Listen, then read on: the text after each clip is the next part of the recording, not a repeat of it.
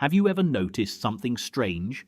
People get a better job, a higher salary, more stability on paper, and yet a few years later they don't actually feel more free.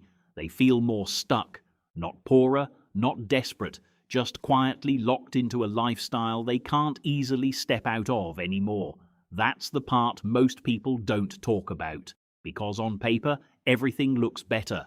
Higher income, better car, nicer apartment, more subscriptions, more convenience, more comfort.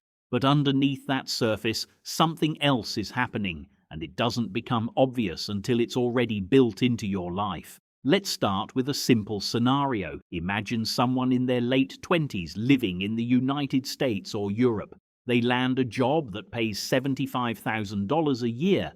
To most people, that sounds like progress, stability, a real step into success.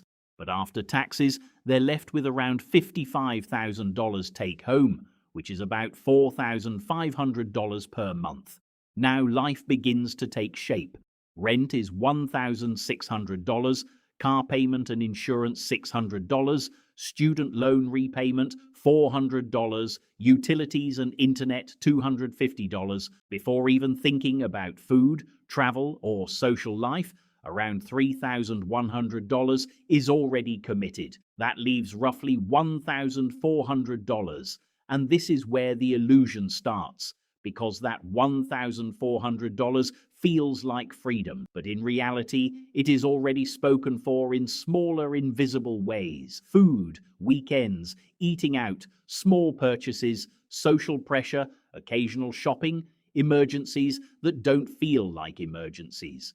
And slowly, the month resets back to zero again. Not because the income is low, but because the structure of spending expands automatically to match the income.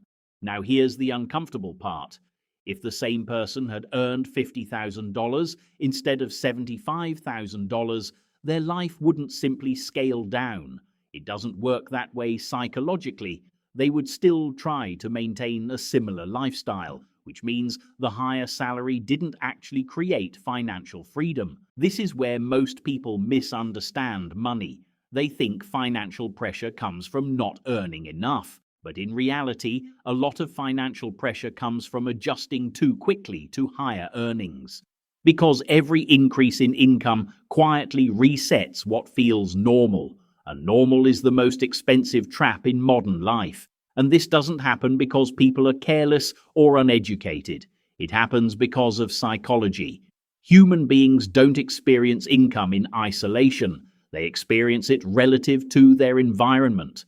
And once spending becomes tied to identity, it stops responding to logic alone.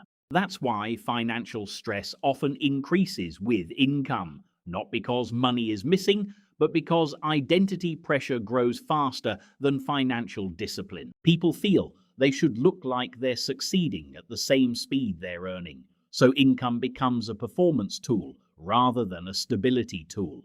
Because freedom is not just about how much you earn.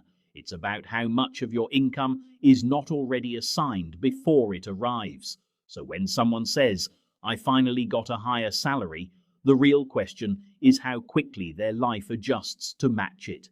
Because in most cases, financial pressure doesn't disappear with income. It just becomes more comfortable. And maybe that's the quiet truth behind modern middle-class life. It's not that people are failing financially, it's that they are adapting too efficiently to every improvement in income.